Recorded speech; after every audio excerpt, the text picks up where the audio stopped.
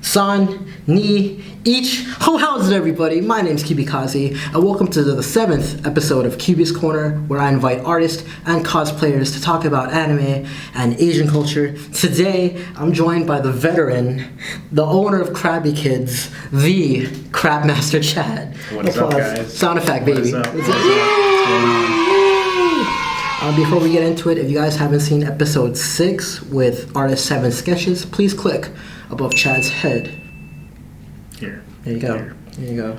You got that. Now with all that bullshit out of the way, see what I did there? Let's get to the real shit. starting with a little intro of who you are and what you're known for.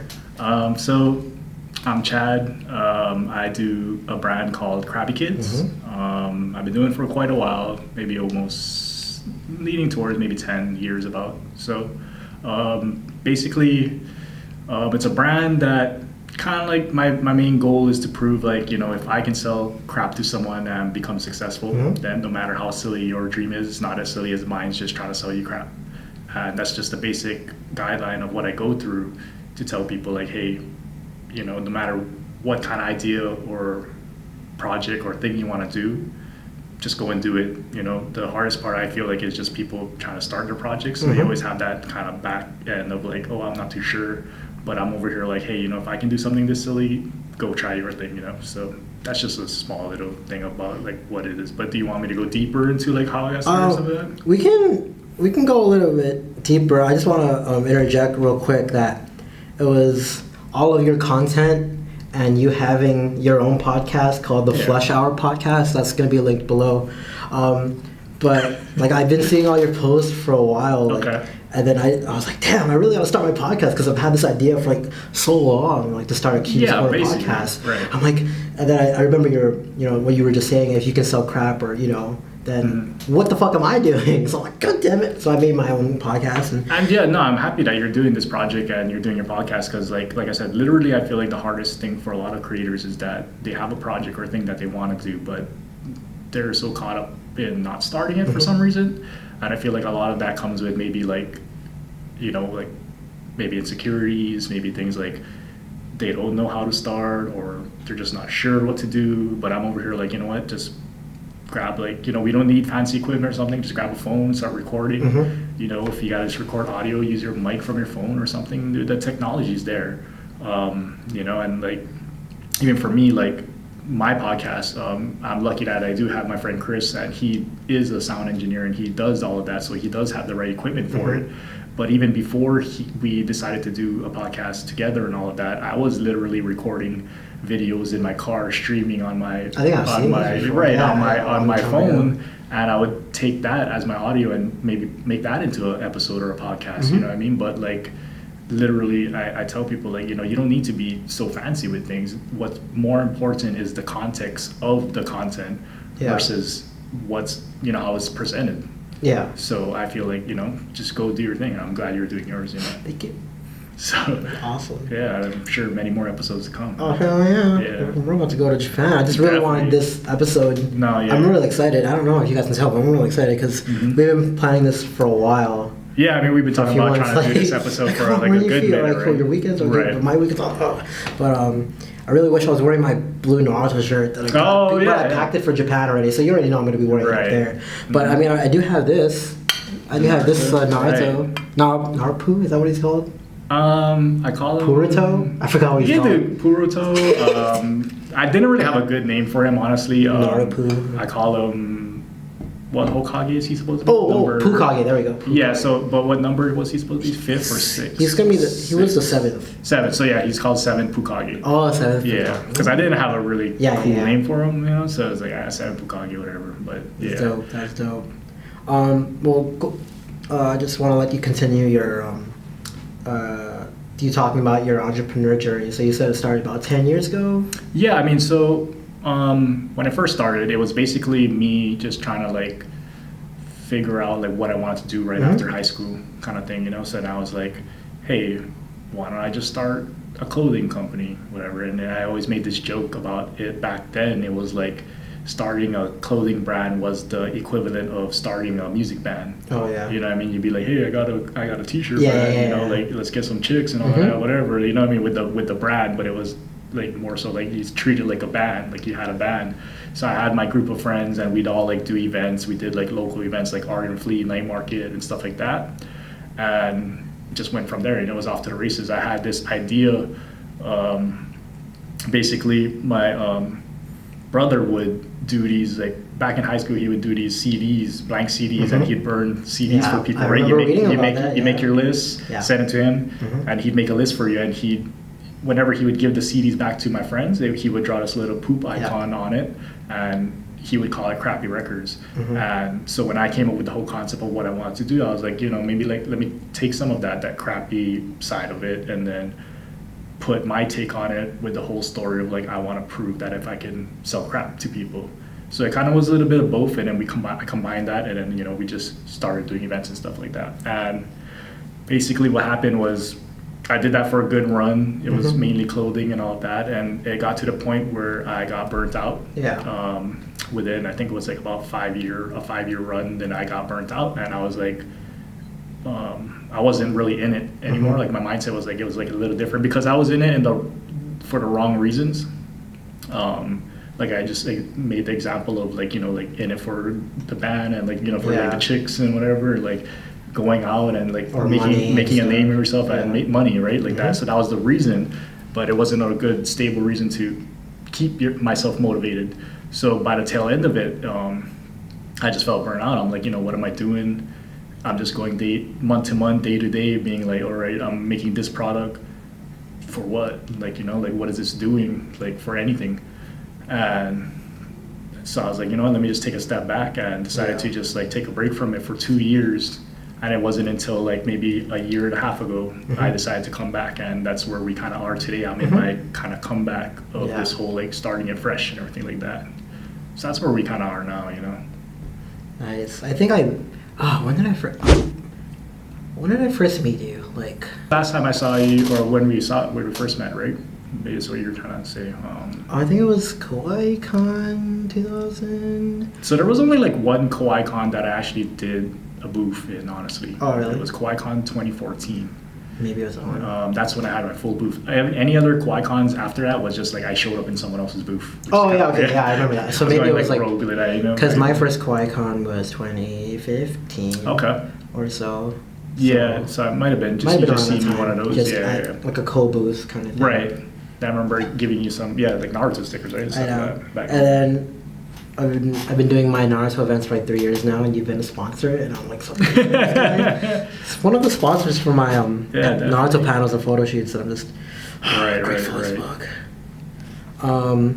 So you've been doing that for 10 years. You started off implementing your brother's like crap design, and then you got that motto about if I can sell crap, then I mean, like I basically thought about it. I'm like, if I'm gonna do this, I know for a fact you gotta have a story behind why you're doing it, right? And that's why we're here now. Right. I mean, like like that's how I come up with it. I put it together. Like it wasn't only just the poop that I took from him, but I took from my end. I'm like, I always had this urge of like, or this kind of like weird underdog kind of thing. Like I always wanted to, or I always felt like I'm the underdog, and always felt like I wanted to like become something. Well, that's me every day, baby. Right, exactly. So I kind of applied that mentality that I had to the brand. I'm like, like I always want to be seen as the underdog. So that's why I chose something like poop, because it's like, it's something hard to kind of sell, because it's like, who wants to buy poop? Who wants to buy poop or like that, like if it wasn't for the poop emoji, maybe like I'd have even a harder time, you know what I mean? But it's like,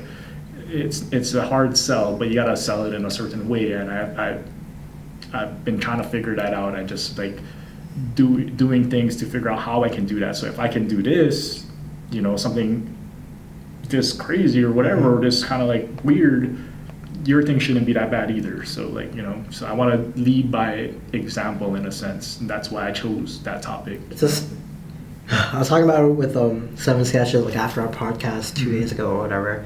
I was like talking to him about you, like, oh my god, this guy pumps out so much content, and now he's here with 22,000 Instagram followers. I'm like, oh my god. I mean, if you're talking about the growth thing that happened recently, that's kind of even shocking to me sometimes too. It's mainly I have this thesis that I'm working on this year that I'm like thinking about a lot, that it's basically in terms of like how do you be successful or whatever, right? I feel like there's two factors, and there might be even more, but I look at it more, there's these two main ones where it's like talent and awareness. How much people have seen your stuff and how good is your stuff, right? Yeah. The product, the idea, or whatever it can be. But basically, like let's say your art, your talent, your product is really good, super good, bomb, everything like that, right? But nobody sees it. Yeah. Then what? You know what I mean? Yeah. But if it's the other way around, everyone has seen your stuff, you know, a lot of eyes on it and everything like that, but it's not that great.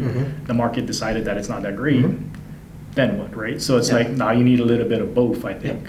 So that's why it's that understanding of what you're actually missing is the key to the key to how you can be successful. So whenever you look at what you're trying to do, always take a step back and feel like, okay, am I missing this side or am I missing this side? And that's what I've been thinking about this whole time in my process, is that this year alone, I felt like, okay, I've had enough experience back then about what I've done. Yeah. And now this time around, I'm like, okay, I know that doing local events and stuff, whatever, that wasn't the issue. It was building a presence in the online space and building a fan base somewhere else other than Hawaii. Hawaii was my issue. Yeah. So this year I was like, okay, let me focus and figure out how do I do that online. And it became basically like my product isn't the issue, it's people not seeing my stuff. And that's where I am today. I'm just basically figuring out how I can gain the much awareness and stuff possible, which is basically like, I mean, I'll give everybody the secrets. Basically what I'm doing is you just run ads. Like, you know, but it's easy to say, but like the content is also the key too, right? Because like, that's why you see me pump out a lot of content, is because yes, they may see your ad, but if they jump onto your feed, your page, there's nothing there to look at, and there's no reason to follow you. So it's not as easy as saying like, hey, do this or this, right? Like I can give you all the secrets. Like, you know, you can run ads, you can hit up influencers and tell them to post your stuff and whatever. Those are the basic ways to gain awareness. But number one, if you don't execute any of that, it's not going to work at all, right? So, but there's that. And it's also just like basically a numbers game. Like I like to call it, basically what I'm calling it now is just casting a wide net. So a lot of times people get scared to do things like ads and all of that because like they're like, well, I don't see the return right away. You know what I mean? Like, are you getting that money back that you put in that day? And I'm like, not really, no. But in the long run, it's worth it. You know what I mean? So basically I would say like I cast a wide net where like I, you know, put it out there, you get like 100 people come in through your funnel, follow you. Maybe only 2-3 of those 100 buy something. But those extra 100 you still have. They've seen it. They might eventually buy in the future. And that's what a lot of people don't see, is the long-term play. And that's what I'm trying to tell people. It's like, you know, don't think of it in the short term. It's always the long-term play. And that's what I'm doing now. It's like I'm just casting a wide net and getting as much as I can, and in the future hopefully they'll buy something, but they'll only buy something if you continue to put out good content and have something to them to engage with. But basically like I like that whole, you mentioned about the growth and stuff, the 20K followers that you see and all of that, right? I like to mention something like that I've been thinking about a lot recently. It's that, you know, there's no reason for a lot of us to look at other people's success or failures in terms of like numbers, in numbers, whatever you want to call it, all of that, and get caught up in it. I like to tell people, and I've been thinking this a lot, it's like, and for myself I've been thinking a lot too, it's like, because I get caught up in it sometimes. So basically you're not in anyone else's timeline but your own, you know. So why are you trying to do things that are based towards their timeline? You're not on anyone else's but your own. So why worry about what numbers they have? Why worry about the number of followers they're getting, the number of likes they're getting, the number of views? That doesn't matter to you. That's what they're doing. Figure it out for yourself. And that's what I like to tell people, is like, there is no correct way to do things. Like I can give you everything that I've done, but you need to figure out the right way that's for you. For you, yeah. Right. And I agree. basically, like, yeah, I'm caught up in this whole thing about like getting caught up in other people's timelines. I'm like, you're not living their timeline, you're living your own, so why worry about like that? everybody has their own struggles, and it's basically their own so life. you need to figure out your own life, your own struggle, and your own timeline before worrying about theirs, you know. And a lot of people get so caught up in worrying about theirs, like, oh, I want to be at their numbers, I want to be there, or like, I'm doing the same thing they're doing, why am I not doing their numbers? I'm like, no, just don't worry about that, figure it out on your own timeline, your own world, and you'll get there eventually. Block out everything else and you'll be fine, you know what I mean? And that's one thing I like to bring up that I've been thinking about a lot, because I've been caught up with that. I'm looking at other people that I see that are bigger than me and stuff like that, then I'm like, why am I not there too, right? But I'm like, no, if you take a step back and you look at your progress, what you've made, you're doing well if you look at that. Don't compare yourself to someone else. Yeah, that's been me for like a little while too. Not just in the YouTube space, but like even in like just content in general, like just social media space in general. But like, again, it's tough to, like, you know, you see it, right? It's in your face all the time, right? But like I know it's hard, but like I said, I got caught in it too. I look at other people that I respect and follow, and I'm like, yo, like, I wish I was in that same boat. But you just gotta block it out, man. You gotta like be in your own, because you're running your own race. You're running your own timeline, your own race, your own thing. They're not at the same timeline and space that you are. So whatever you're gonna get correct and do successfully, they're not gonna do the same thing too. You know what I mean? So it's like, why worry? What I realized a little while ago, because I also been thinking about that. What I realized a little while ago was that when we think about like other people's success or their numbers and stuff, most people don't think about the flip side. We don't think about what they might be going through, like at home. You know, their struggles too. So it's like, sure, you might, I don't know, this can be kind of a graphic example or whatever, but like, let's say somebody has like 100,000 followers and is living the life, but what if they're like, they're miserable. They're miserable as fuck. Their marriage is, you know, dying. They're about to get a divorce. You know. I mean, that's why I never cast any judgment on any peers or like so-called rivals or whatever like that. I don't, because we don't know what they're going through and shit. Exactly. So. You know. But because I started having those thoughts when I was leaving high school, I was like, I was trying to tell my parents like, this is my life, you know, when I was going to college. But speaking about college. Did you go to college? I went for like one semester. I was like, yo, this is not for me. I literally tell people I don't know how to see, like, the way I'm speaking to. I can't even like learn without getting into it. You know, I mean, I can't have somebody tell me like, hey, this is the right way to do it by just telling me, and then I'll do it correctly. You know, I have to get in there, make mistakes, and then realize, like, okay, this is the right way to do it. And that's why I'm so like hands-on with a lot of things, is because that's the way I learn. And it's different for others. I'm like, it's cool if you can just learn from reading a book or something or a tutorial and you're just off to the races. But I need to literally get in there, figure it out and do it, and then I'm good, you know. So I'm also like an interactive learner too. I'm just here for the experience and the financial aid. So let's take your benefits. I do have a few other questions before we close. We were talking about your Flush Hour podcast earlier. Yes. What made you want to start that podcast? Did it also coincide with you wanting to reach an online presence? A lot of it is, it's that having fun with, you know what I mean? Like, because my friend Chris, he wanted to start doing podcasts. He wanted to start a network. So he basically wants to have many podcasts under that network, and then, you know, I approached him about talking about doing a podcast before, and we just kind of worked that together. But for me, it's also basically another secret, if you guys want to know, is basically my whole content model. The reason why I have a podcast is basically you have 1 hour long footage of something, and if you record it on video, even greater, you know what I mean? But if you just have the audio, that's fine too. That's exactly what we're doing right now. Exactly. And we take so you get the 1 hour, right? Basically, so you get the 1 hour footage, then you take that's for your YouTube, that's for your other long form pieces of places to put it in. Then you have the clips that you get in between the podcasts, and those are for your Instagram, Twitter, and maybe even TikTok or whatever, you know, like stuff like that. But that's basically it. And it also brings in an audience that doesn't necessarily care about the product you have, but they care about what you have to say. Like your story, your thoughts. Also builds a lot of brand too. And a lot of it, the reason why I'm doing the podcast is mainly just to have fun, but also to build brand. and brand is always so important to me versus just getting a straight sale. Like I'd rather have you understand what I'm feeling and what I'm trying to convey to you versus me just trying to straight up sell you something. Yeah, like for me as a creator or whatever, a social media person, I'd rather have like a conversation with a person rather than them following me.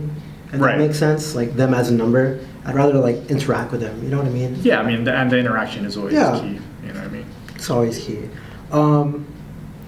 So the format that you just talked about, like the 1 hour long content and then using pieces and stuff, it reminds me of like, how do I put this? Like because I've seen like other entrepreneurs in the social media space too. Yeah. Where do you get like your inspiration from? Like I mean, basically that whole idea is kind of shout outs to Gary Vee. It's Gary Vee's content model, basically. Yeah. So like, I've been following him since forever, and well, not since forever, but like basically once I found out about him and I just kind of like understood from what he said that content is the key to everything, right? Yeah. And I was like, long form content, all of that, and it just basically came down to like he gives you everything that you need to know what to do, and we're giving you guys everything what you need to do also, but it all always comes down to just execution. Like, are you actually going to do it? Yeah. You know what I mean? So when it came down to the podcast and we came to first episode 1, there was no guest, there was no nothing, right? It was just like, all right, like we just sat there. I'm like, you know what, I'm gonna wing it because I'm just that kind of person. I'm a more like improv kind of dude. So we just winged the first episode. We didn't even video record it, but the audio that I got, I clipped that and all of that. And I still did the content model, and like from there, I just kept building, and that's where we are today. And what you see on the page today is just it's not the same how it looks at episode 1, but from where we are now, it's like, I mean, and it's still not the best it could be, but like I said, production doesn't matter versus the content, the context, and the message that's in there. And I even recently had a comment on one of our most recent clips. Guy was saying like, like I like the podcast, I like all of that, but like I don't like the swiveling camera and how it's moving around. And I'm like, I told him straight up, I'm like, it's just what we have. We only have one camera. It's what we work with, and that doesn't. Personally like but it. that doesn't, like, what I mean. Like, it doesn't matter to me. It's just more so, what are you getting out of the context that's being said in the clip? You know what I mean? Yeah. So that's more important to me. So if you found value in that, if you laughed or you enjoyed it, whatever, or you found some kind of value, inspiration from it, that's more important than me just trying to have the perfect lighting and all of that. Good, high quality video, all of that. Like, it doesn't matter to me as long as the content and the context is good. That's more important than I feel. Yeah. The reason why I brought up like that whole entrepreneur inspiration content kind of thing was because I've also been following him for for a minute, like a hot fat minute, and like because I've known about that content too, basically. Right. I mean, it's not really a secret. I don't know, but like at the same time, like I just want to give you like mad props for actually like executing, because I see you like you're just on it, like making posts like all this. Well, I like to tell people too, like we brought up earlier, you don't know the behind the scenes of a lot of stuff too. And I tell people the reason why you see a lot of that too is because I've also sacrificed a lot too. Oh yeah. Right? Like, I've given up time to do certain things. I've given up time to, or I've given up money and like stuff to not have, I don't know, fun per se. Go out to watch movies or things like that, or spend a whole day watching like a full season of anime on Crunchyroll or something. And I mean, I did that once with Demon Slayer. Like, god damn it, I got caught. So I caught up. Just this like one Sunday, I was like, yo, I gotta catch up, and I did it. That was it. But like, other than that, like my whole entire time that I'm awake, I try to do everything I can on CrappyKids. Yeah. And it's not that like I'm overworking myself. It's just I love it. I'll answer every DM I get. I'll comment to every people that I can. You know what I mean? Like, if I find it, like sometimes I get lost, but like I'll answer every comment. You know what I mean? Like, I'll do that, not because I feel like it's a game of like, oh, I gotta do it because I need the attention, whatever. It's more like I do it because I love it. You know what I mean? I want the feedback, the constant feedback. And I also joke, like, I love the feedback so much that it's really hard when I don't have that feedback. Yeah, true. Like, when a good example is when I make my sticker machine videos. I struggle making those videos. Reason being is because I have to talk to myself. and I have zero feedback. So sometimes I feel like I'm boring in the videos is just because I have no one to talk to. Yeah. And I struggle with that. So I always need that constant feedback, and I love that part. So me being able to DM people, fans, on a minute by minute basis, I'm fine with that. So I sacrifice a lot of casual stuff or leisure just to do the brand, and that's why you see that kind of growth. Yeah. And it's needed in a sense, But that's just how I feel like I need to do my thing. Yeah. Everyone has their own way. Some people can just post once a month and they're good. You know what I mean? Like, it's just how you built up your thing. That's the way I just built up my thing, and I continue to do it. So, yeah. Speaking of which, those DM screenshots, fucking hilarious. That's a funny thing too. Hilarious. But see, like, that's a funny thing too. That wouldn't have come without me, one, not caring about what people think about my page, and two, just engaging with fans. Yeah. If I've always just ignored what they say in DMs or whatever, or just get irritated by all these people asking me for free stickers. like honestly, I don't get irritated by it. It's actually just a joke for me at this point, because you guys made it into a joke, right? Like, they made it into a joke. It's basically a meme at this point, right? But like, it would never get to that point if I was over here like, nah, that's irritating, ignore it, not do anything about it. But I'm like, that's funny to me. I just posted, and I honestly, that this is where experimenting comes in. I honestly thought those posts would do bad in the beginning, because it's like, I did it in a weird way where I put it on Twitter first and then clipped it and then put it back into Instagram, I saw right? it, yeah. The reason why I did that is so that people understand that I do have a Twitter account, and they'll end up going on there too, right? So it's like both ways and all that, and just the layout looks pretty cool too, versus just posting the DM. I'm gonna try this shit. But that's saying that's why I'm constantly thinking about a lot of things, and that's why. And I experiment. So I did the post, and I've done Twitter posts on my feed before, but they didn't do that well before, because it was like me just talking about inspirational stuff, and no one wants to hear that. You know what I mean? So your page is all about crap. Stop telling me what to do. I don't want to hear that. But like, posts about like memes and stuff, like, yeah, they love that. But but that's basically what happened. I thought it was gonna be a bad idea. I put it on there, see what happened, and that one of the first posts of those weird DMs that I got, like, everybody started cracking up and they started liking those posts, and then it just became. And I'm like, okay, let me just make more of those, right? And then it later became a joke of like, everyone just keeps DMing me about getting free stickers, and I feel like it's gotten to the point, and I noticed too, it's gotten to the point that people are literally trying to DM me the most ridiculous thing just to end up on the feed. And that's cool too. Like, I'm fine. I know what you're trying to do, but like, that's cool if you can come up with something creative and send it to me. I'll post it. But it's become that too. Because I saw it was like a really recent one. I think it was yesterday's one. The V card one. Yeah, the V card one. Like, no, I'm good. Basically, we're gonna have a screenshot right here. Yeah, do it. Yeah, basically. That just cracked me up. But I mean, that's that thing of just constant feedback to your fans. You like do it. You know, like, talk to your fans. Like, why? Who are you to feel obligated or feel like you're higher than someone just because you have fans and then you don't reply back to them at all in your comments? I mean, like a lot of people want to grow in their accounts, but I'm like, you're not even talking to the fans you already have. Like, what are you doing? Yeah. You know what I mean? Who are you to get more followers and fans when you don't even care about the ones you already have? Amen. So like, why? You know what I mean? It's like that. So a lot of times I see people's pages, I'm like, they got 2 comments. I'm like, did you even say anything to these people? Like, not even like emoji or something, a like or emoji, but do something. Talk to your people. They're the ones that matter, and then you build up from there, because they'll tell other people about you. That's all it is. Yeah.